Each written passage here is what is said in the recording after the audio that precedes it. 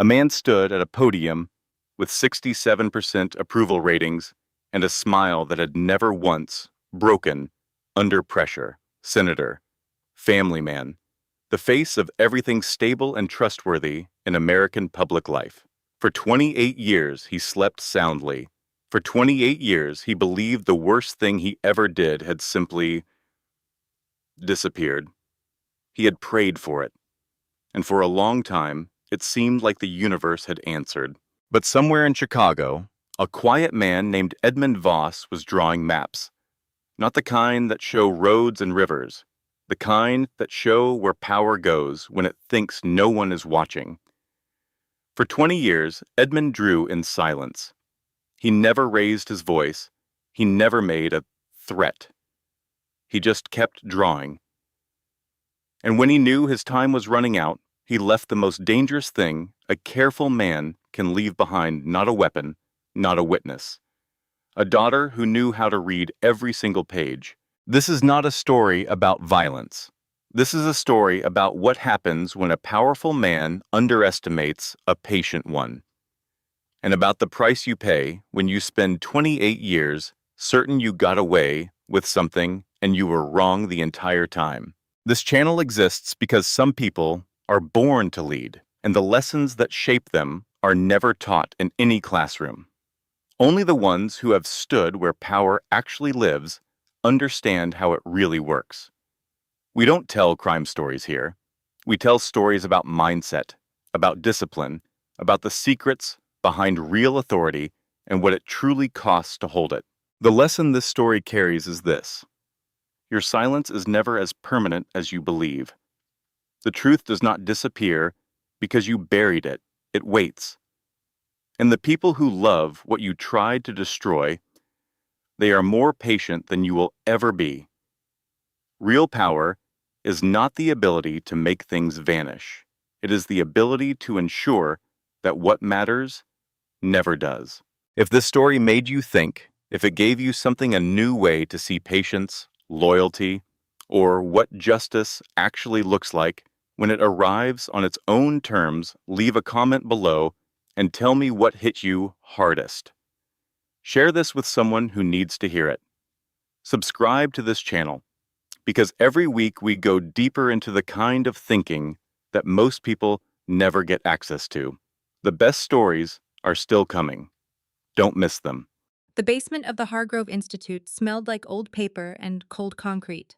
9 o'clock on a Tuesday night in November, and Nora Voss was exactly where she wanted to be. Alone, quiet.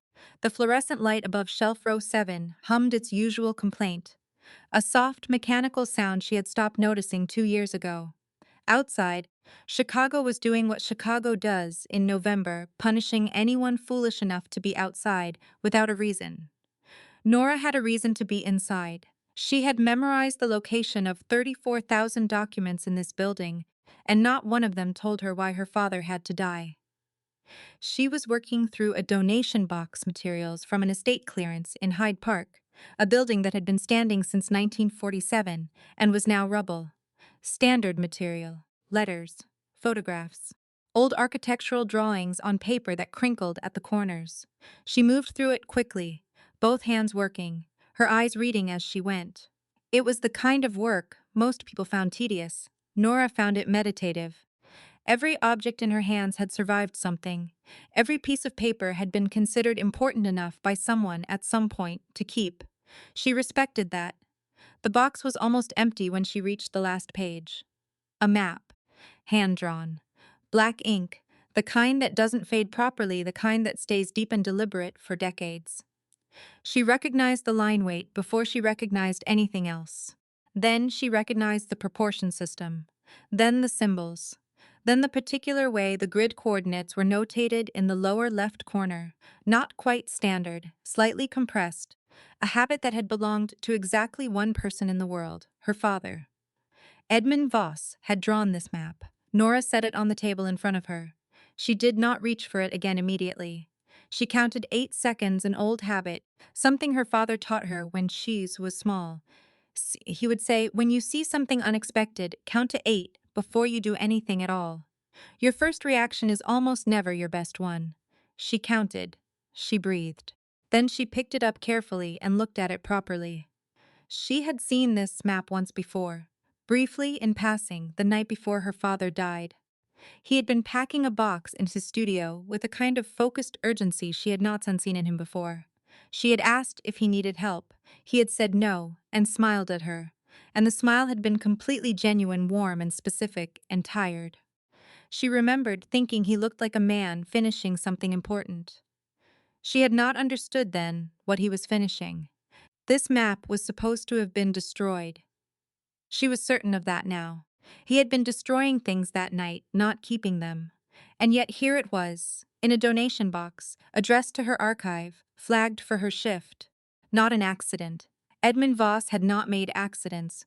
Nora folded the map carefully, creased it along the existing folds, and slid it into the inside pocket of her coat. Then she picked up the empty donation box, carried it to the recycling pile near the service elevator, and went back to her desk. Dennis, her colleague, walked past carrying a pizza box.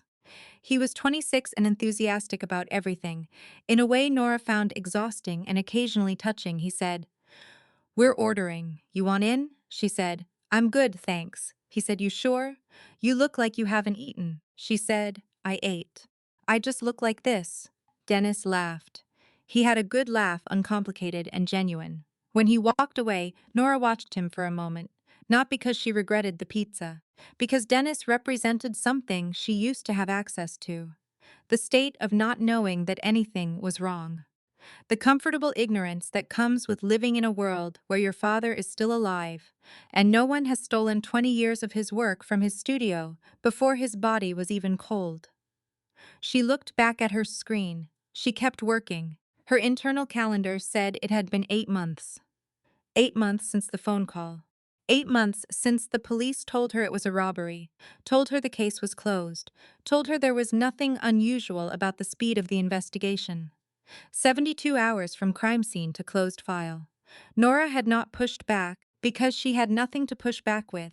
Just the certainty, deep and specific, that nobody closes a homicide in 72 hours unless they're being told to. She was paying Jake's tuition. Her brother was 22, finishing his senior year in Boston, doing well, completely unaware of any of this. She intended to keep it that way until she had something real to tell him. Careful. Edmund had always said careful was not the same as afraid. Careful meant you were still thinking. She was still thinking. At 8 minutes before 9, she went to check the reading room. The man at the table near the door was still there. This was the third time in 2 weeks he had come to the institute right before closing. She knew because tracking patterns was her job. He was dressed like a Professor Wool sweater, reading glasses, a book open in front of him. Nothing obviously unusual, except Phil, the building's security guard, was standing. Phil was 67 years old and had worked this desk for a decade, and in all that time, Nora had never seen him stand up to greet a patron. He was standing now, and he had opened the interior glass door before the man even reached the handle. The other two people still in the reading room had, without any visible reason, chosen tables as far from this man as the room allowed. The man had no phone on the table, no laptop. Just a notebook and a pen. Nora walked past his table to retrieve a materials box from the reference shelf. She was 4 feet away from him when he spoke. He didn't look up. He didn't change his voice. He said, "Box 7C has been reshelved in the wrong order. Third shelf from the left, the 1940 through 1943 sections have been moved behind 1951 through 1955. In case it matters." Nora stopped. She looked at shelf 7C. He was exactly right. She had not touched that box today. Neither had Dennis. To know it was wrong, he would have had to memorize the correct order from a previous visit. She said, "How do you know that?" He looked up. His eyes were doing something she recognized not from people, from documents. He was reading her, assessing her the way she assessed, quickly, precisely, without editorial. He said, "I notice things out of place. It's a habit. Not a boast, not a performance." The simplest possible answer, and because of its simplicity, she believed it. She picked up the materials box and went back to her desk. She sat down. She did not open the box immediately. She sat with her hands on the surface of the desk. and thought about what it meant that the map in her pocket had just gotten heavier. At 9 o'clock, the institute closed. She walked through the reading room one final time. The man was still there, his notebook closed now. He was watching the door. He had been watching it before she walked through. She said, "We closed at 9." He said, "It's 8:58." She said, "You've been here 4 hours and you didn't request a single document." He looked at the rows of shelves. He looked at them the way she sometimes looked at them in the early morning, when the building was empty, like they contained something more than just paper. He said, "Sometimes you come to a place to remember what it used to hold." That sentence was not about the archive. She heard what it was about. She said, "You knew Edmund Voss." Not a question. He didn't confirm. He didn't deny. He stood, put on his coat in the deliberate way of someone who had been putting on his own coat alone for a long time, and picked up his notebook. At the door, he stopped.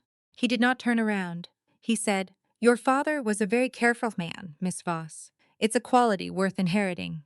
Phil opened the door before he reached the handle. Nora stood in the empty reading room. Her hand was in her coat pocket, touching the folded map. She had 34,000 documents mesmerized. She had no record of Callum Reyes anywhere in her archive. Not a note, not a name, not a single cross-reference. That was either an accident or a warning. And Nora Voss had stopped believing in accidents 8 months ago. On the day the police told her a career criminal had broken into her father's apartment, stolen $40 in cash, and somehow failed to disturb 20 years of cartographic work because there was nothing left to disturb. It had all been taken already, by someone who knew exactly what they were looking for. She spread the map across her kitchen table at 6 in the morning, 3 hours of sleep. Enough. Logan Square was quiet at this hour. The radiator in the corner ticked. Outside the window, Chicago was the particular gray of a November dawn that hasn't decided yet whether to become a day or just stay gray indefinitely. The map looked, to anyone without the right key, like an urban infrastructure diagram. Utility corridors, transit nodes, service routes. Technical notation that would bore most people within 30 seconds. To Nora, it was a different thing entirely. Her father had built this system for her when she was 9 years old. He had called it a game. Treasure hunt stories at bedtime, he would say, with hidden coordinates. She would decode the clues and find small prizes: a chocolate bar, a library book he'd set aside for her. She had thought it was his way of being a father. She understood now it was his way of being a teacher. He had been teaching her his private language. He had just made sure she was young enough not to know it was private. She read 3 names clearly in the network. The first 2 she recognized from archived documents at work. Organizational names. Business structures from the early 2000s. Things that would mean something to its researcher, but not to a casual reader. The third name made her hands unsteady. Harlan Mast, the Illinois state senator, 67% approval rating in the latest poll. 4 months from the governor's election. The face of responsible governance, of family values, of the kind of steady American confidence that made for good campaign posters. His name was in her dead father's map, connected by 3 separate lines to 2 of the most significant organized crime figures in Chicago's recent history. The phone rang. Unknown number. She didn't answer. It rang again. Then a third time. She picked up. A man's voice. Measured, deliberate, the kind of voice that was used to being the calmest thing in any room. He said, "I need to see the map, Miss Voss." Not to take it. To explain what it's pointing at, she said, "How do you have this number?" He said, "The same way I know you found it last night. The same way I know you haven't slept." 8 seconds. She looked at the curtains she'd kept pulled closed. Chicago in November, 12 degrees outside. She said, "Where?" The cafe in Pilsen was the kind of place that had been there for 40 years and intended to be there for 40 more. It smelled like coffee and something baking and nothing artificial.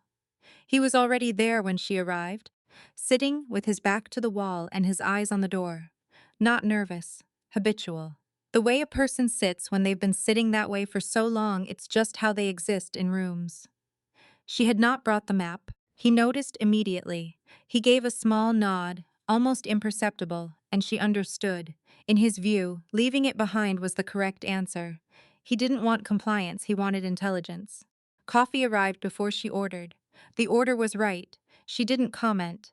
He said, "Your father worked for me, not officially, not on paper. For 15 years, he mapped what I couldn't map openly, every connection, every transaction, every relationship in the network I run. He was my archivist. I was his protection. That was the arrangement." She said, "Why are you telling me this?" He said, "Because whoever killed him is looking for what he left behind. And I don't know who, which means they're outside my network. That's a very short list and a very dangerous one." She said, "The map," he said, "is either bait or a message. I can't tell which. And I can't read it because I don't have his coding system." She said, "But you think I do?" He said, "I know you do. He taught it to you. I just didn't know that until 3 days ago." She said, "How did you find out 3 days ago?" A brief pause. Not hesitation. Selection. He said, "Because 3 days ago I found out who arranged for that box to be donated to your archive. And I understood that your father had planned for you to find it." She let that land. The map found her. "Nothing about this was random. There's something you need to know before we talk about the map itself. About who your father was actually protecting. Not me. Not my operation. Someone else. A promise he made 28 years ago." She said, "Tell me." He said, "Her name was Catherine Mast. She was 7 months pregnant when her car went off the Route 41 bridge in December 28 years ago. The investigation took 48 hours. They called it an accident." She said, "It wasn't." He said, "No." She said, "And my father," he said, "was the last person she talked to." She got to him. She gave him everything: names, dates, account numbers, records of meetings, evidence that her husband had been running the largest construction fraud and organized crime operation on Chicago's South Side for over a decade. She said, "Harlan Mast, yet," he said, "the senator, yes. Before he was a senator, he was the man who arranged for his pregnant wife to disappear because she found out too much to be allowed to stay alive." Nora sat with that for a moment. She was not processing shock. She was organizing information, placing things in order, building a structure she could work with. She said, "And my father kept that for 28 years. He said he waited until it couldn't be buried. Until there was enough additional evidence that no one could dismiss it as the word of a dead woman. He was patient in a way I've never seen another person be patient," she said. "And now Mast knows he's about to be found." He said, "Yes," she said, "and my father is dead." He said, "Yes." She saw the man before he said anything. Gray parka, other side of the street, standing with the particular stillness of someone being paid to stand still. She said, still looking at her coffee cup, "The man in the gray parka across the street. He was outside my building this morning. He didn't turn his head. He already knew." He said, "He's not mine." She said, 3 minutes, maybe 4. He said, "Back door. Left down the alley, right on 19th Street. Green door, go in, go up. Don't wait for me." She said, "I don't know you." He said, "No. But your father knew me for 15 years. And the last thing he did was make sure you'd find that map." She looked at him. Then she stood up. The room above the cafe had a table, 2 chairs, and good light. It was designed for evaluation, not impression. She understood that immediately and found it clarifying. He asked about the man in the parka. He checked his phone, a small, solid device that looked nothing like what most people carried. He said, "Being redirected. He's uncomfortable but unharmed. There's a difference." She looked at him. The part he had told her was true. She had learned to read that from her father. She said, "I want to find who killed my father." He said, "I know." She said, "And you want the map?"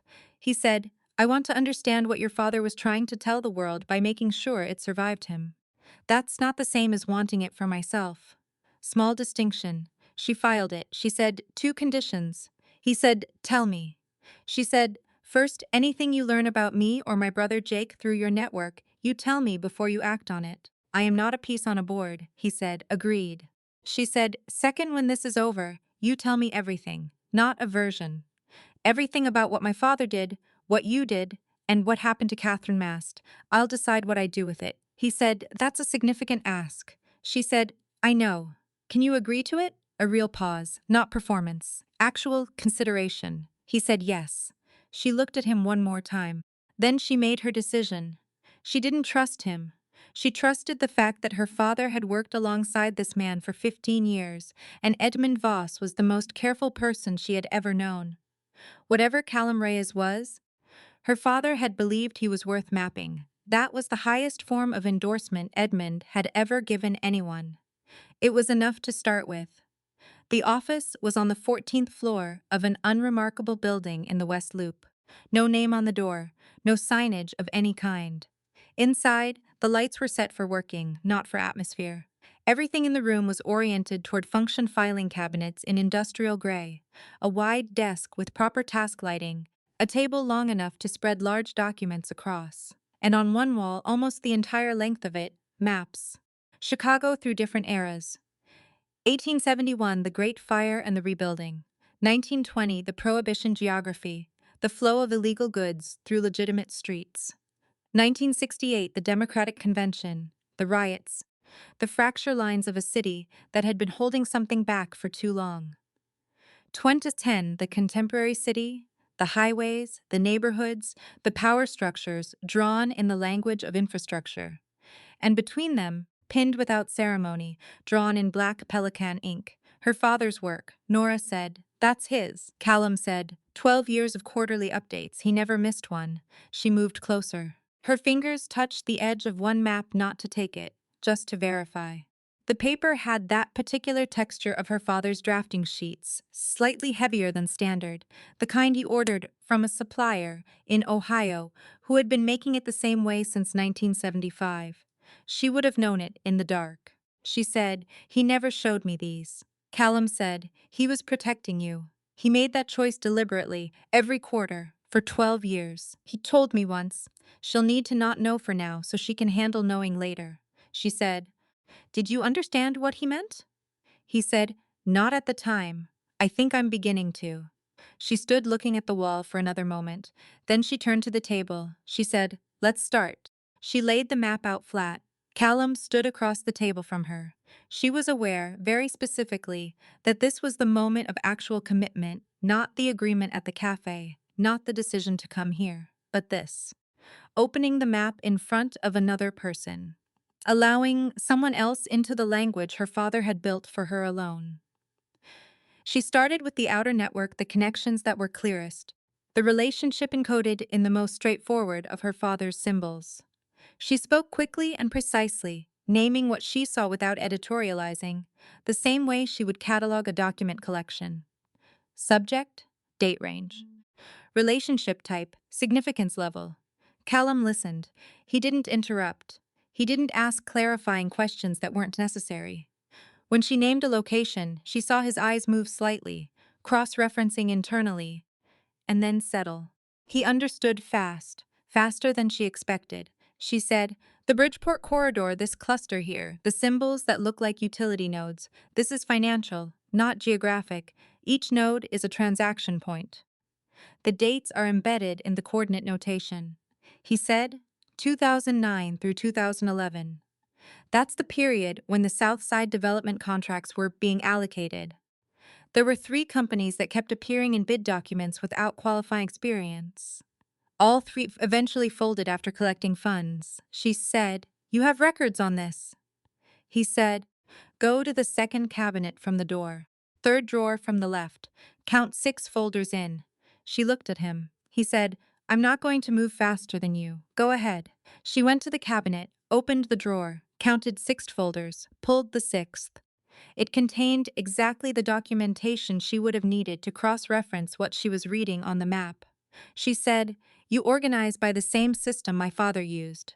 He said, "He spent the first 3 months we worked together to teach his filing system before he would share a single document. I thought it was excessive at the time." She said, "Was it?" He said, "No. It was the only reason I could cross-reference his material in under a minute for the next 12 years. She looked at him, not with warmth, not yet, with recognition. The same recognition she felt when she met another person who understood that systems were not bureaucracy, they were respect. Respect for information, respect for the work, respect for the people who would come after you and need to find things. Mine is based on his. I modified it slightly for digital integration, but the core architecture is identical. He said, I know. She said, Of course you do. They worked for 2 hours before the full shape of it emerged. Edmund Voss had not simply preserved the evidence Catherine Mast had given him, he had built on it. For 20 years, he had documented every fraudulent land deal, every meeting between Mast and organized crime figures. Every dollar moved through a legitimate real estate project to clean money that had started somewhere dark. He had tracked the operation's evolution as Mass transitioned from crime to politics, showing precisely how the political career had been funded, which relationships had been carried forward, which people had been bought, and which had been neutralized. Catherine's confession had been a single window. Edmund had spent 20 years making it a door. And this map was not the evidence. This map was directions. Nora said, He built a library. Callum said, He built a bomb. A very patient, very precisely engineered bomb. 20 years in the making, she said, and he left the detonator to me. Callum said, He believed you were the only person who could both read the map and understand where to point what it leads to. She looked at the map spread across the table. 7 locations marked in Edmund's encoded notation. 7 pieces of a case that had been 20 years in construction. Scattered across the city, each one protected by its separation from the others. No single person could take all of them. No single act of suppression could destroy the whole. Her father had thought of everything. She felt something tighten in her chest that was not grief exactly, or not only grief. It was also something close to awe. The quiet awe of standing in front of work that was much larger than you had understood. She said, There's a name here I don't have context for. Daniel. The quality of the silence changed. Callum said, My younger brother. He said it the way a person delivers a report. Flat, precise, all the shape worn off it by repetition. He said, He worked in financial services. He was building a case independently, on his own against some of the same operations your father was documenting. He didn't tell me because he thought I'd stop him. He disappeared on a Thursday 11 years ago. They found his car by the river. Nora said, That's why you built all of this. He said, That's why I became very good at knowing everything before it becomes a problem. So that no one dies because I wasn't paying attention. Yes. She looked at the map. Her father had documented Daniel Reyes. The whole sequence, the investigation Daniel had been running, the point at which he had been identified, the chain of decisions that had led to his disappearance. It was all here, in the same careful notation as everything else. Edmund had seen it. Edmund had kept the record. She said, My father mapped what happened to your brother, all of it. It's here. Callum did not move. His hands were flat on the surface of the table. He was holding himself in place with visible, deliberate effort. He said, Show me. She didn't just point at the sections and explain. She walked around to his side of the table. She laid the map between them where both of them could see it. And she read it to him, entry by entry, in sequence, at the pace that allowed each piece to land before the next arrived. Not because he couldn't have read it himself. Because this was news about a brother who had been missing for 11 years. And she knew, from 8 months of her own experience, that no one should hear that kind of news alone. When she finished, there were 30 seconds of silence. She stood close to him, not touching, just present, close enough that if he needed an anchor, there was one nearby. Then he said quietly, he kept a record for every person he couldn't save. She said, he loved people by documenting them. It was the only language he had. He looked at the map for a long time. He said, he documented Daniel as though his story deserved to be remembered. She said, it does. All of them do. She picked up her coat. He didn't offer to walk her out. She hadn't expected him to. At the door she stopped, not turning around. She said, your system is better than mine.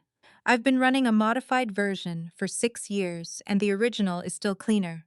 She left before he could respond.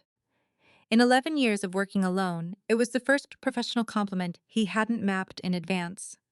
She brought sandwiches the next morning, no announcement, no explanation. She set one in front of him, set one at her usual spot, and sat down. He looked at the sandwich, he looked at her. He looked at the map. Then he started eating. The way he ate said something. He was attentive to it, unhurried, present. The way a person is when they have learned not to take small things for granted.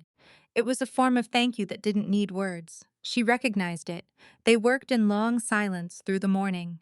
No music, no conversation to fill the space.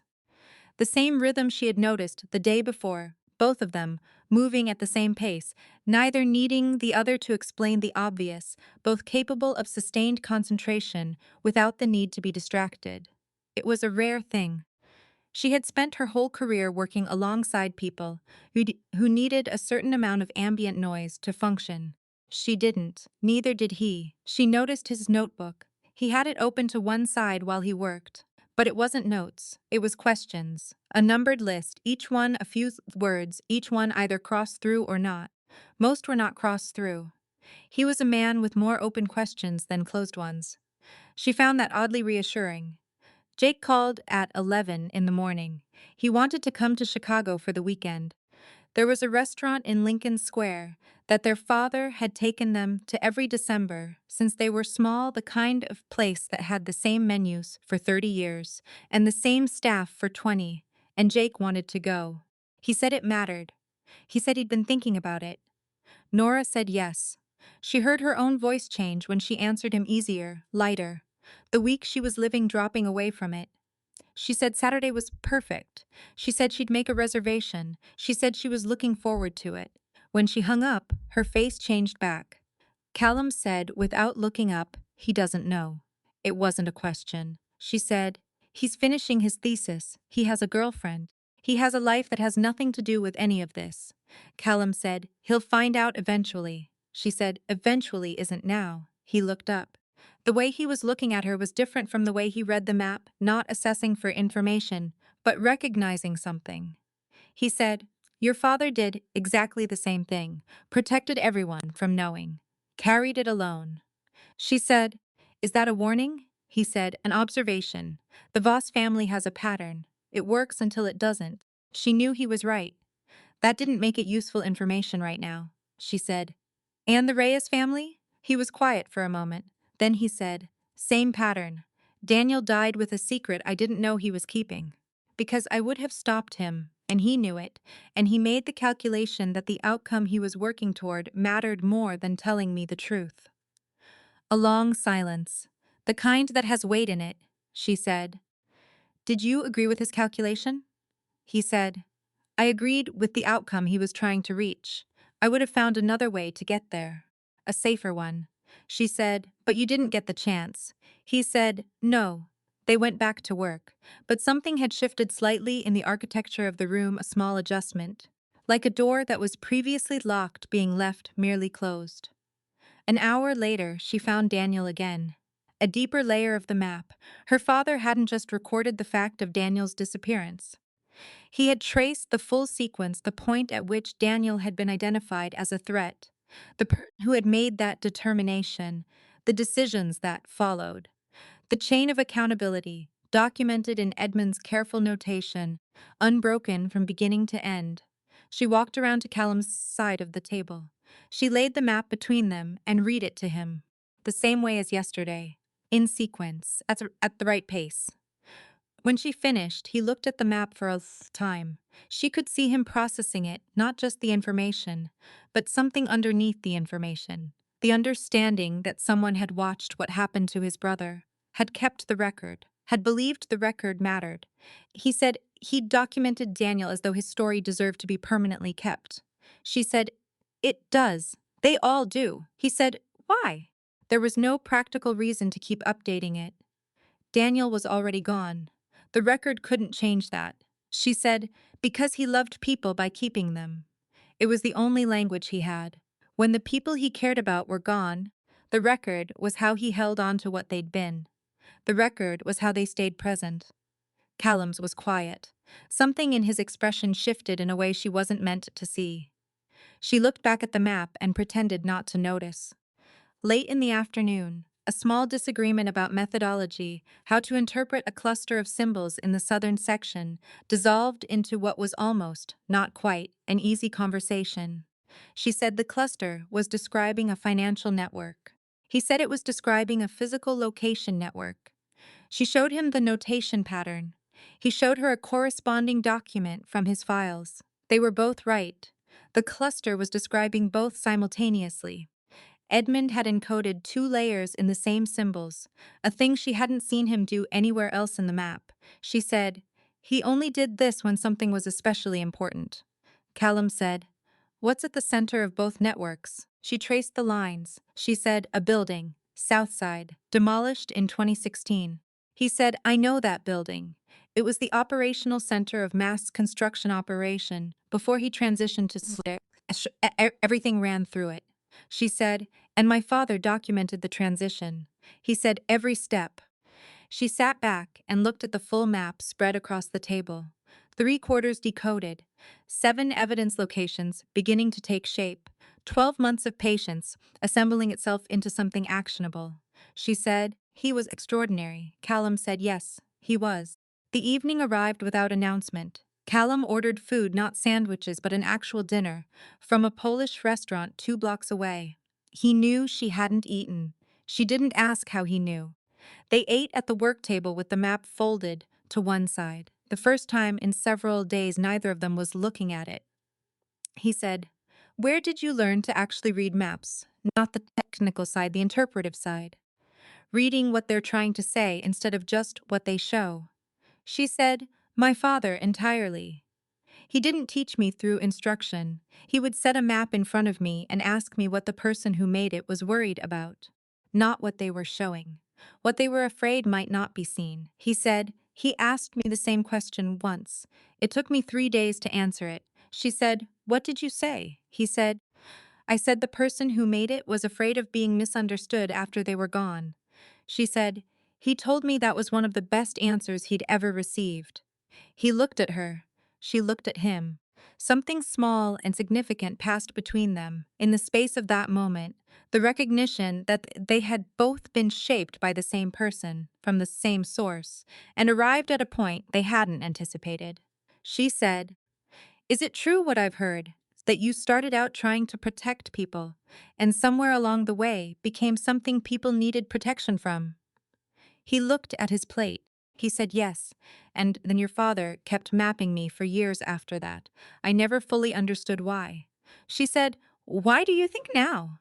He said, "Because he thought I could come back." She said, "Did you?" He said, "I'm working on it."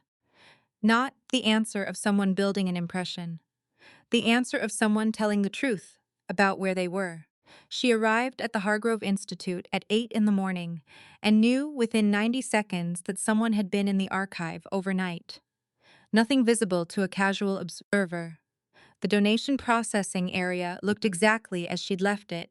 The materials from yesterday's intake were stacked in their correct location.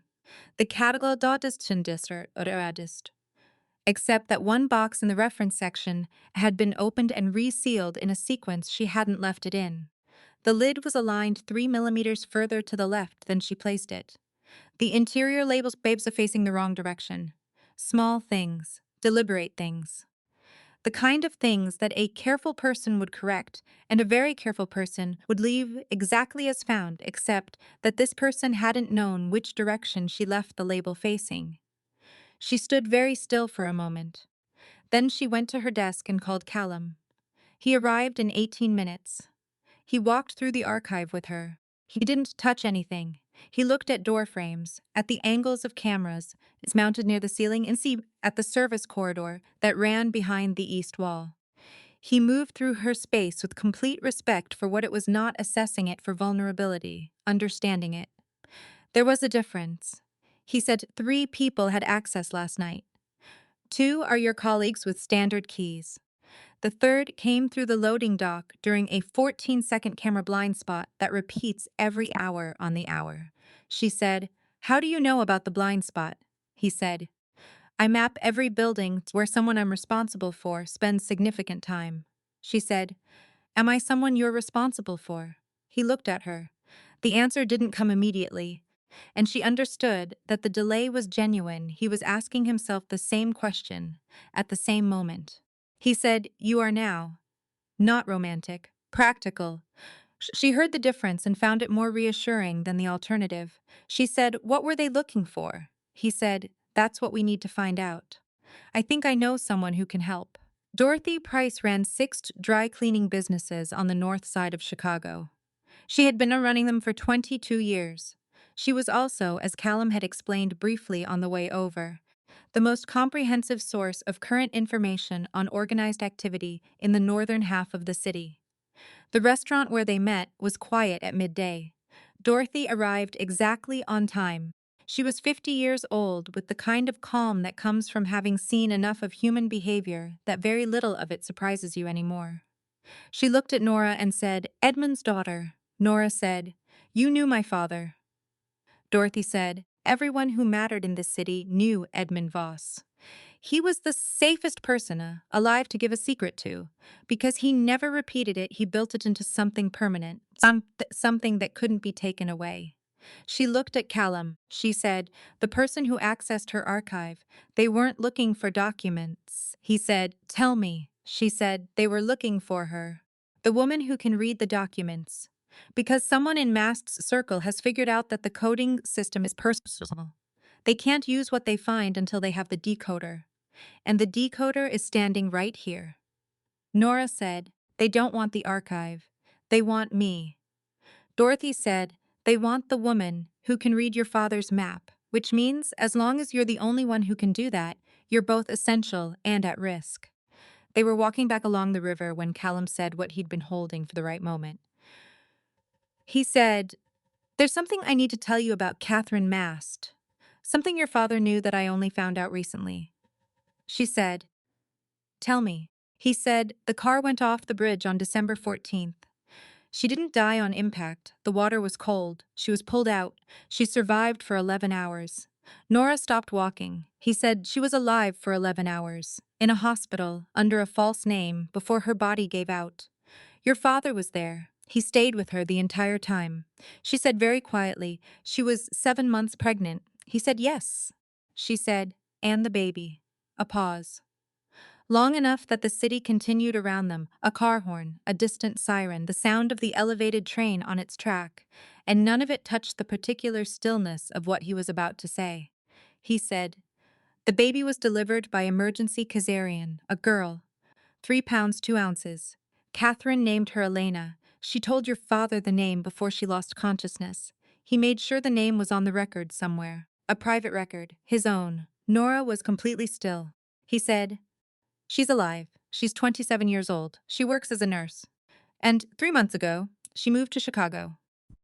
Arranged it. The full weight of the title settled into place.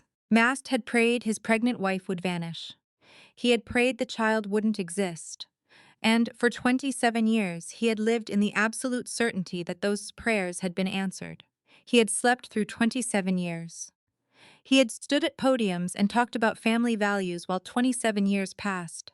He had looked at campaign posters of himself with the politician's wife who came after Catherine.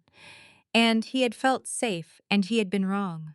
The child was alive. The child had always been alive. She said, "Does Mast know?" He said, "He has never known.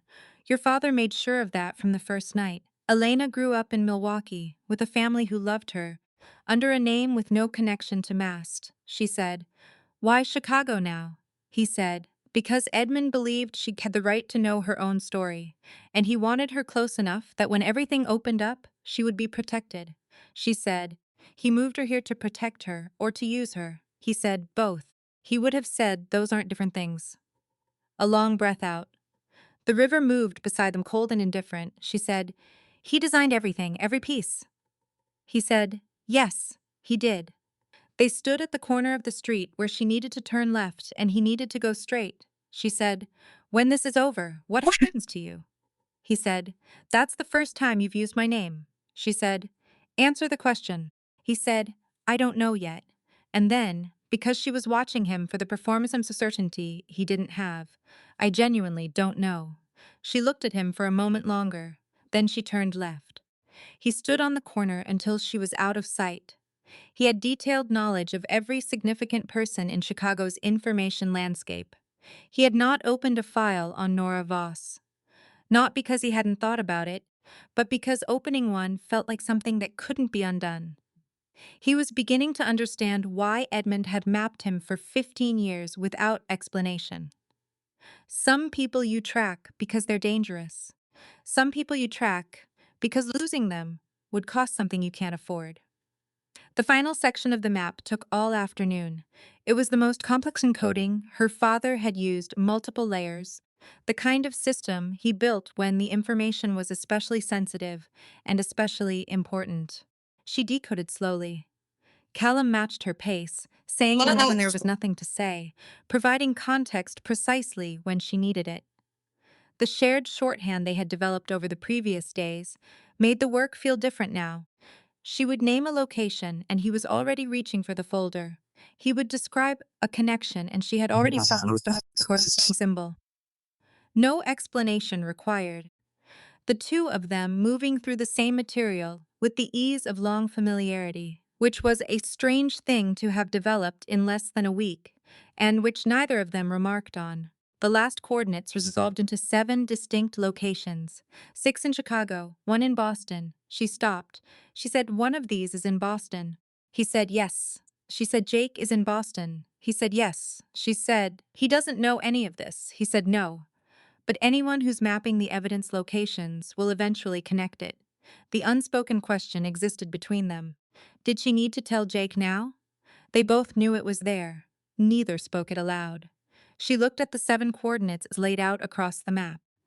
Her father had taken a single woman's testimony and 20 years of his life, and built something that could not be destroyed by any single act. He had protected it by distributing it, by trusting different pieces to different places and people, none of whom held enough to be a target on their own. She said, 7 pieces. He said 7. We'll need to collect all of them before we can move. She said, and the Boston piece. He said, we'll handle Boston carefully. Callum ordered food again. Polish again, the same restaurant. She was beginning to understand this was a form of attention he paid in a language that didn't use words. He had noted what she liked, when she ate, what she needed. He acted on that information without announcing it. It was, she thought, the same way her father had loved people. The map was put away. She hadn't realized how much of the last several days had been spent looking at it until she looked up, and it wasn't there, he said. Your father told me once that maps are the only honest documents. That you could learn more about why a person does what they do from studying where they move than from anything they ever said about themselves. She said, he said something similar to me. He said the map always tells you what the person was afraid would be misunderstood. He said, I know. He told me about asking you that question. He told me what you answered. She said, what did I answer? He said, you were 12. You said the person who made the map was afraid no one would look hard enough. She didn't remember that, but it sounded true. She said, what did you answer when he asked you? He said that the map maker was afraid of being misunderstood after they were gone. She said, he told me that was one of the best answers he'd ever heard. He looked at her for a moment. Something in the room shifted, the way air pressure changes before weather arrives. He said, is it true what you've been told, that I built something good and let it become something else? She said, is it? He said, yes. And your father kept documenting me even after that. I asked him once why. He said, because you haven't forgotten where you started. That's the only thing that matters. She said, did you believe him? He said, I didn't at the time. She said, and now? He said, I'm less certain I was right to disbelieve it. The call came at 9 in the evening. One of his people, compromised, a safe arrangement identified, exposure imminent. He stood immediately. The change in him was total and instantaneous, not alarming, functional. He moved through the room, calling with quick, precise instructions, making decisions in the space between one sentence and the next. No excess. No panic. The kind of control under pressure that is not performed but simply present, that was a certain people carry it. She watched him work.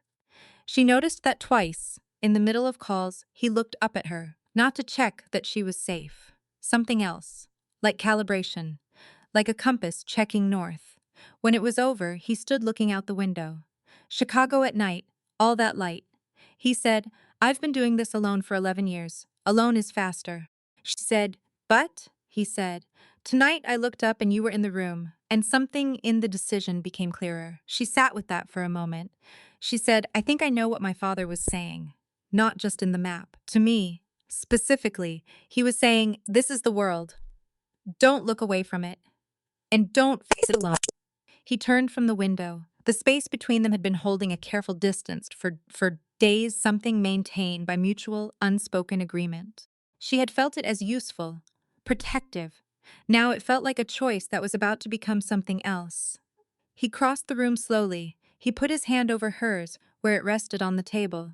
The way you set something down that you don't want to make noise with. Careful and deliberate, she didn't move.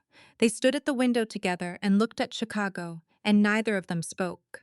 His hand over hers. The city below, 14 floors down. The lake somewhere in the distance, cold and enormous and doing what it had always done. Later, she would think about this moment the way you think about the last good day of a season. You don't know it's the last good day until it's already gone. Marcus Webb reached out on a Wednesday morning. His message was brief. He said he needed to speak with her alone. He said it was about her father. He said it was important and that she should come without Callum. She should. They met in Washington Square Park. Light snow, not settling, the kind that makes the air look like something dissolving. Webb was older than his photographs, 58, but carrying weight that looked older. The particular exhaustion of a man who had been quiet too long about something that deserved noise. He said Callum Reyes received intelligence, not a suspicion, an actual warning. Specific enough that he moved protection to 3 people in his network. 1 week before your father died. She said, my father wasn't one of the 3. He said, no. She sat with that. 1 week, 7 days. 7 days during which a different decision could have been made. She said, where does this come from? He didn't answer fast enough. She said, you're either giving me a piece of truth or you had a hand in my father's death. Which is it? He said, it's not that simple. She said, yes it is. She stood up, took 1 step, stopped. She said, why are you telling me this now? He was quiet for a moment. Then he said, because I've been carrying my own silence for 28 years, and I'm very tired of what it costs. She looked at him. She believed him. She also understood that believing him didn't answer all of the questions his information raised. She said, we'll talk more, but not today. She walked back across the park toward the street. She went directly to Callum's office. She walked in without stopping at reception. She walked past Phil's acknowledgement. She went through the door. Callum was at his desk. He looked up when she came in. He saw something in her face and went very still. She said, did you know someone was going to come for my father, 1 week before he died? The pause was short, but it existed, and that pause was the answer. He said, I received a warning, not specific to your father. The information indicated someone in my network was at risk. I moved protection to 3 people, she said, and my father. He said, my information indicated the threat was pointed at me, not at him. She said, but he died, not you. He said, yes. She said, and you've known that for 8 months. He said, yes. She said it the way she would catalog a document, no elevation, no editorializing, just the fact of it laid flat. You let me spend a week in this room reading my father's work, telling you things I've never told anyone, and the entire time you knew you might have been able to save him, and you chose not to tell me, he said. I didn't know that she said, you knew enough to wonder, and you decided that wondering wasn't worth telling me. He didn't deny it. He didn't offer the easy apology. She would have heard the emptiness of it, and it would have been worse than silence. He said, I was afraid that if you knew, you would stop, and I needed you to finish the map. The room was very quiet. That sentence sat in the air between them. It was not a beautiful confession. It was a true one. And true was worse than beautiful, because there was nowhere to argue with true. She said, at least that's honest. She picked up her coat from the back of the chair. At that moment, the door opened. One of his people, a man she'd seen twice before but never spoken to, came in with the focused urgency of someone delivering information that couldn't wait. He said to Callum, Senator Mast, he's made a move on the Voss brother, Boston, tonight. Callum was already moving. She watched him handle it. 3 minutes. Precise, fast, efficient. He sent people, made calls, established coverage she didn't fully understand and didn't need to. Jake was protected within those 3 minutes. She could see it in the economy of the calls, the speed with which Callum received confirmation. He protected Jake, the brother of the man he hadn't saved, with the same level of focus and care as though Jake were the most important person in the world to him at this moment. That didn't forgive him, but it was real. She said, "Jake is safe." He said, "Yes." She said, "That's what matters right now." She walked to the door. He said, "Nora." She stopped. She didn't turn around. He said, "I should have told you." She said, "Yes." A pause. "Good night, Callum." She left. The door closed. He stood in the office alone. He looked at the map still on the table, at the chair she'd been using for a week, at the glass on the side table with her coffee from this morning, half finished. He had spent 11 years knowing everything about everyone. He had known, with uncomfortable precision, what it would cost her to hear what he'd been holding. He had told himself the work came first. He had known, simultaneously, that he was lying to himself. Some things you know still don't act on. In his experience, those were always the things that cost the most. Not immediately, but eventually. At the worst possible time, in front of the one person whose opinion of you had come to matter more than you'd intended. 3 days. She didn't go to his office. She worked. In the mornings, she went to the institute and did her job cataloging, accessioning, answering researcher requests with the particular calm her colleagues associated with her, and which she had never told them was trained rather than temperamental. In the evenings, she worked alone at her kitchen table, with the decoded sections of the map and whatever she could access through her own research channels. She traced the 7 evidence locations independently, not to retrieve anything to understand the full architecture before she made any decisions. And in doing that, she found herself reading her father's work differently. Not as a daughter looking for answers, but as a professional reading a colleague's life work and understanding for the first time its full scale. Edmund Voss had known everything about Callum Reyes. The whole of it, the parts that were good, the parts that were complicated, the years when the complicated parts had overtaken the good ones. He had kept documenting him anyway, kept working with him, designed the final architecture of this whole system, knowing it would eventually bring his daughter to this man. That wasn't blindness. Edmund had never been blind. He had watched long enough to see something underneath the damage that he considered worth the risk. This was not forgiving Callum. It was understanding her father. Jake called on the second evening. He was not naive. Someone had been watching him for several days, Callum's people. She knew, and although they were gone now, Jake was perceptive enough to understand that their presence had not been random. He said, "What's happening?" She said, "Dad did dangerous work." For a long time, he believed it mattered, and he was right. He kept it away from us because he's loved us, and he made sure I would find what he built because he trusted me to know what to do with it. Jake was quiet. She could hear him processing it, the same careful quietness she recognized from herself. He said, "Did he trust you to finish it?" She said, "Yes." He said, "Then finish it, Nora, that's what he was saying." A pause. "That's what he's been saying the whole time." She didn't say anything for a moment. Something in her chest released something she had been holding shut since November, since the phone call 8 months ago, since the too quick closed file, and the empty studio, and the 20 years of maps that weren't there anymore. She said, "How are you?" He said, "I'm okay. I'm worried about you." She said, "I'm okay too." He said, "I know.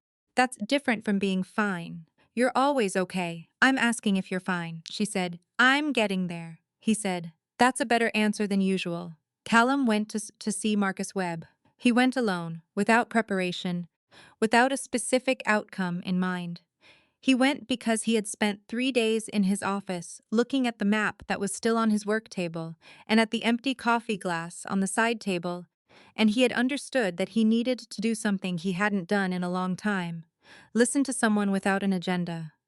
Webb said, "Edmund didn't just protect Catherine's innocence. He protected her daughter. I helped him. I found the family in Milwaukee. I arranged the documentation. I checked on Elena every few years. Edmund did the same." Callum said, "For 27 years, us." Webb said, "Yes. When you're the only person who knows a child exists, that child becomes your responsibility." Whether you chose it or not, Edmund felt that. So did I. Callum's, "Why are you telling me this now?" Webb said. "Because Edmund is dead and I am 58 years old, and I can't do this alone anymore. And because you are the person Edmund trusted to finish what he started." He said it simply, without drama. Not as a burden passed along. As a fact. Callum drove back to the West Loop. He sat at his desk. He opened a new file on his computer and typed a name, Nora Voss. He looked at the blank page for a long moment. The cursor blinked, then he closed the file. He didn't delete it, he didn't fill it in, he left it empty. In 11 years, he had built a comprehensive file on every person who mattered to him or to his work. He had never left one blank.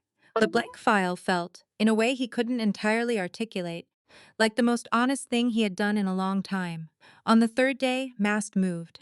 He used his Senate office to submit a formal request to the Hargrove Institute, a request for access to specific document collections as part of a federal historical review initiative. The language was careful, legal, and completely unthreatening to anyone who didn't understand what it was actually doing. It was a mechanism to place specific records under federal jurisdiction, which would allow them to be removed, reviewed, and if convenient, lost in the machinery of bureaucratic process. No violence, no crime, just paperwork and institutional authority. Callum reached out to 3 investigative journalists simultaneously, 3 separate contacts, through 3 separate channels, with no connection between them. He gave each of them the same package. Preliminary evidence connecting Senator Mast's Senate office to the person who had accessed the Hargrove Institute archive without authorization. Not enough for prosecution. Enough for 3 journalists to begin asking questions. Enough for Mast to understand, when his office started to review calls, that continuing would mean the story got out. And no one calls back 3 journalists once they've received a package and started making calls. Mast's office withdrew the federal review request within 48 hours. Callum sat in his office and looked at the situation. He had delayed. He had not finished. The only way to finish was to complete the collection and place the evidence correctly. And the only person who could navigate the remaining map was the woman who was not returning his calls. He could find her. He had found everyone he'd ever needed to find. But finding her and having the right to ask her to come back were 2 different things. He had understood that distinction for 11 years in the context of everyone except himself. This was the first time the distinction had cost him something he hadn't anticipated losing: 7 days. On the 7th morning, Nora walked into the Hargrove Institute, told Dennis she'd be back in 2 hours, and went to the West Loop. Phil saw her coming. He opened the door before she reached the handle. He didn't say anything. He looked at her the way a person looks at someone returning from a trip they'd been worried about, relieved, not surprised. She rode the elevator to the 14th floor. The door to the office was unlocked. Callum was at his desk. There was a book open in front of him that he'd clearly been reading, a history of Chicago urban cartography, the 1990 through 2010 period, the exact era of her father's primary work.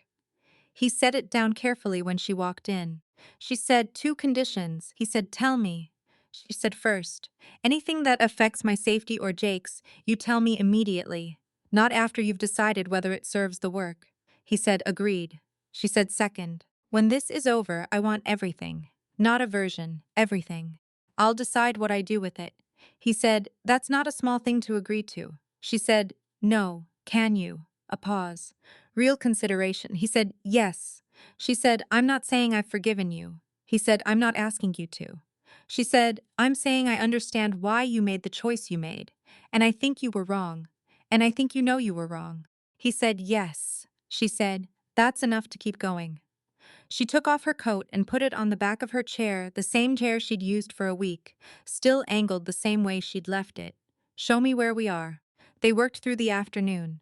The distance was still present, a small gap maintained by mutual awareness, but the work itself had changed. Cleaner. More direct.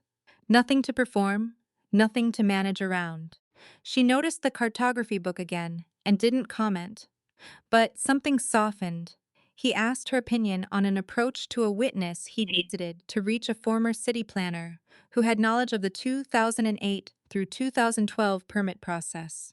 He didn't need her opinion. He had 11 years of experience at this kind of outreach, and she had none.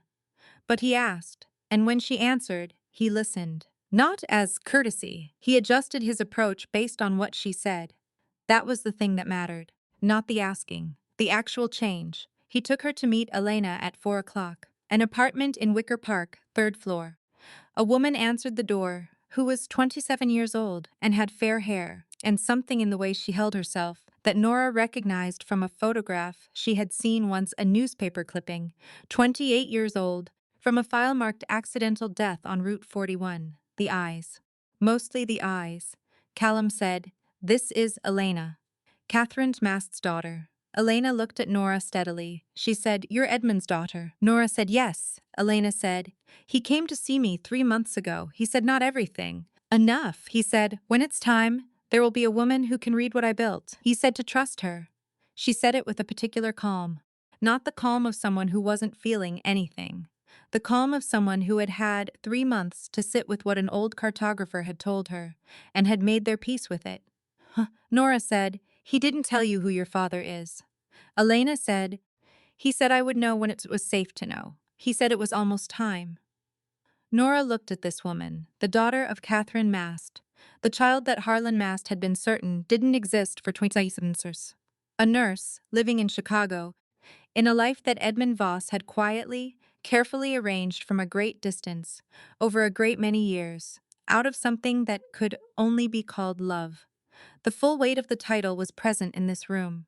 Not as a concept, but as a person, standing in a doorway in a good coat, looking back at her with Catherine's eyes. Nora said, "I'm glad you're here." Elena said, "So am I." That evening after Elena, they sat in the office with the map folded away. Nora said, "My father left a note, handwritten, not encoded, a letter, just for me." Callum said, "What did it say?" She said, "He said the most important thing he ever mapped was the people worth protecting." He listed 3 names. She paused. "Mine. Jake's." Another pause. "Yours." The silence was long. He said, "He listed me." She said, "He listed you." He looked at his hands. Edmund had written that before the failed warning, before the week when the wrong calculation was made. Edmund had seen something in Callum that Callum had not yet seen in himself when the moment came. She said, "He wasn't saying you're perfect." He said, "I know." She said, "He was saying you're worth it." He said, "Those aren't the same thing." She said, "No, they're not." She looked at him, but I think he was right about both. Jake found the Boston piece 3 days later. He called Nora on a Thursday evening and said the package was in the collection at the university library where Edmund had sent it, filed under a research donation from 2021, accessible to anyone with a valid library card. He said the staff had been very helpful. He said he thought their father would have appreciated the irony of hiding something in a library. She said, "Are you okay?" He said, "I'm fine. I keep thinking about how much work this must have been. Like, not the evidence part, the caring part. Caring enough about something to spend 20 years making sure it would survive you." She said, "That was who he was." Jake said, "Yeah, I know. I'm starting to understand what that means." She said, "Come to Chicago after this is over." He said, "I will." All 7 pieces were assembled by Friday afternoon, laid out across the full length of Callum's work table. They were 20 years of Edmund Voss's life, reduced to physical form: photographs, financial records, meeting logs, communications. The chain of documentation from Catherine's 11 hours in the hospital all the way to the previous year. Every step, every decision, every person. Callum looked at it for a long time. He said, he didn't just build a case against Mast. He built a record of how power works. How the line between legitimate and illegitimate runs through a city. How people on both sides of that line make decisions and live with them. She said, he wanted it to survive, not just to prosecute one person, to exist, to be available. Callum said, an academic archive. She said, under institutional protection, encoded so it can only be fully read by the right person, in a building where the right person already works. He said, he planned for you. She said, he planned for all of this, from years ago. The archive placement, the donation box, Elena coming to Chicago. All of it. He said he trusted you with the whole thing. She said he trusted us with the whole thing, both of us. Callum met masked the following Monday. A neutral location, a conference room in a building that belonged to neither of them, arranged through an intermediary that Mast accepted as appropriately public. Mast arrived looking like the posters. Composed, appropriately serious, the kind of controlled public presentation that 28 years of practice produces. He sat down across the table and waited. Callum placed a summary document on the table. Not the full archive, the summary. Enough. He said, "This is going into a historical archive at the Hargrove Institute in Chicago, sealed for 25 years under academic protection. By then, either the landscape has changed enough that it no longer matters, or it matters enough that it should be found." Mast looked at the summary. He said, "This would expose," Callum said, "if you move against anyone connected to this, Nora Voss, her brother, anyone in my network, anyone at Hargrove. It goes out immediately. All of it. 3 simultaneous channels, tomorrow morning." Mast said, "You'd expose yourself." Callum said, "Edmund Voss spent 20 years building something that protected people who couldn't protect themselves. I'm in the business of honoring that now. What I expose doesn't matter as much as what I protect." Mast was quiet for a moment. He looked at the table, then he looked up. He said, "The baby died with Catherine." He said it the way Emerson says something he has needed confirmed for 27 years. Not a statement. A plea disguised as a statement. Callum stood up. He put on his coat. He said, "You should know that Edmund Voss was a very thorough man." He walked out. He left Mast sitting with that. The meeting with Elena was held in the lobby of an office building at South Loop on a Wednesday afternoon. Nora stood with Elena. Callum was 20 feet behind them, close enough to be present, far enough not to be in it. Mast walked through the main entrance at 2 in the afternoon. He had been told the meeting was with a representative of the Archive Institute, a cover that Callum had arranged through correct channels, the kind of thing Mast would accept without full vetting in the current climate of his operation. He saw Nora first. He had seen her before, briefly, at a distance, and he recognized her as a person to be careful of. Then he saw Elena. He stopped walking. The distance was 15 feet. The lobby was busy, people moving, conversations happening, the ordinary mid-afternoon life of a downtown building. None of it touched the particular stillness that settled around the 3 of them, because Elena looked like her mother. Not completely. 27 years and a different life had done their work. But the eyes, the line of the jaw, something in the way she stood, completely still, with complete composure, looking back at him without flinching. Mast's face changed. Not dramatically, he was a man who had practiced control for decades and the practice held. But something went out of his eyes, some certainty, some foundation. Elena said, "My name is Elena." Her voice was calm, clear. "My mother was Catherine Mast. I was born on December 14th, 28 years ago, in a hospital on the south side, 11 hours after you had her car driven off the Route 41 bridge." The lobby continued around them. A phone rang somewhere. An elevator arrived. People moved through the space with purpose, doing their Wednesday afternoon things, not seeing what was happening in this small section of their world. Mast said nothing. He couldn't. Whatever he had prepared himself for, consciously or not, over 27 years of living with the certainty that this person didn't exist, he had not prepared for this. There is no preparation for this. There is only the moment itself, arriving exactly when it was always going to arrive, in the form it was always going to take. Elena said, "I'm not here to destroy you. Edmund Voss spent 20 years doing that work so I wouldn't have to. I'm here because I deserve to say this to your face once out loud." A pause. She let it breathe. "I exist. You prayed that I wouldn't. You were wrong." She turned and walked away. Nora walked beside her. Callum watched Mast. He watched the thing that the title had always been pointing toward, the moment when 28 years of certainty collapsed, not under the weight of a courtroom or a headline, but under the simple, unbearable fact of a person standing in front of you and being real. The ultimate price, not destruction, reckoning. Too late. The words had never been about legal timing or electoral consequence. They were about the 27 years Mast had spent Not reckoning, not looking, not doing the thing that would have allowed him to be a different person by now. 27 years. All that time. And the reckoning arrived anyway, on its own schedule, in its own form.